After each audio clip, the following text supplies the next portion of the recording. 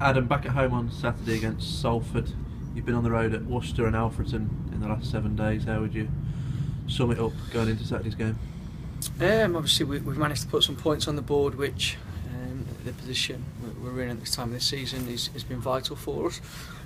Strange couple of games. I think we performed better on Tuesday than we did on Saturday, but we took the points on Saturday and not on Tuesday. So strange week in terms of that. I thought we were very good on Tuesday in spells of the game, but again, it's the old story again about us not taking our chances. We created a number of very good chances, played some great stuff, and we deserved to win the game on Tuesday. On Saturday at Worcester, very professional performance.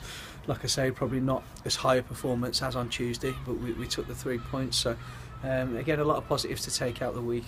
A lot of good individual performances, and we're back at home now. In an environment that we really are, we're desperate to give our fans something to shout about at home. The away support we had in the 2 games was fantastic, and we thank the supporters for that. We realise how hard it is to go Saturday, Tuesday, especially with all the travelling and the cost that's involved. So we thank our fans for that, because they were fantastic in both games, and now we want to give our home supporters something to cheer about in a tough game on Saturday.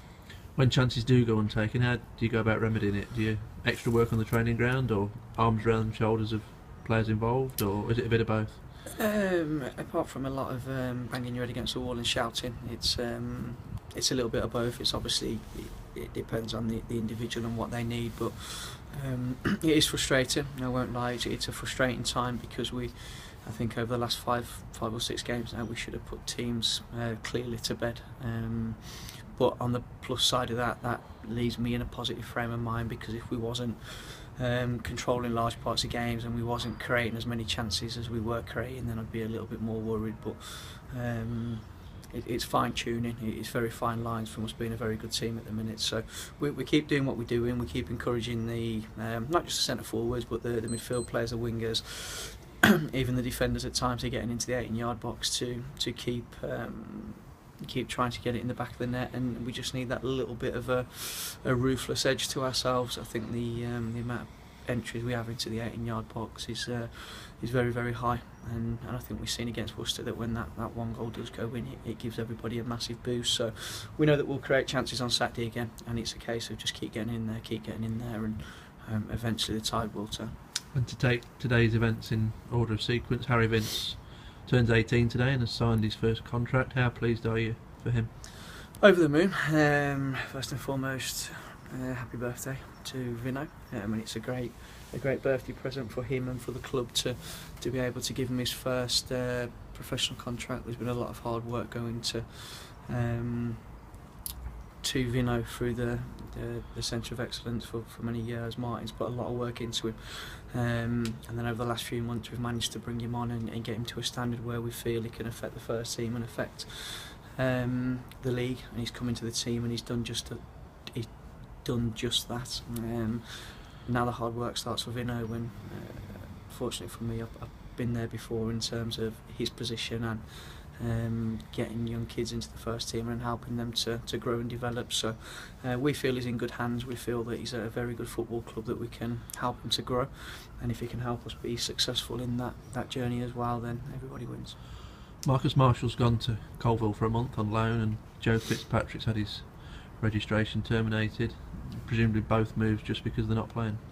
No, not necessarily. Marshy was obviously, he hasn't had a lot of game time, been injured and wanted to play, so Colville come in for him, and he wanted to go and get some games, which I totally understand. Got no problems with that. Fitzy a little bit gutted for, because he hasn't got a lot of game time recently. I think the midfield boys have been doing well, but it was more the travelling side of things that caught up with Joe and his parents.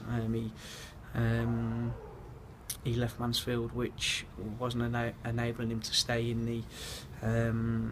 the digs at Mansfield, so he was having to travel all the way over from Wolverhampton, which we didn't foresee happening this season. So it's been a tough one to take, but it's best for Joe and Joe's development. So that's the decision on that one. And incoming wise, Jack Broadhead is just about over the line from Mickleover Sports. What can you tell us about him? very bright future ahead of him if he sticks to what he's doing. He's a player that there's been a lot of interest in him. He's out of contract in the summer, so we've come to a deal with Mikel that the chairman sorted out that we can bring him in now. He's someone that can play centre back, centre midfield.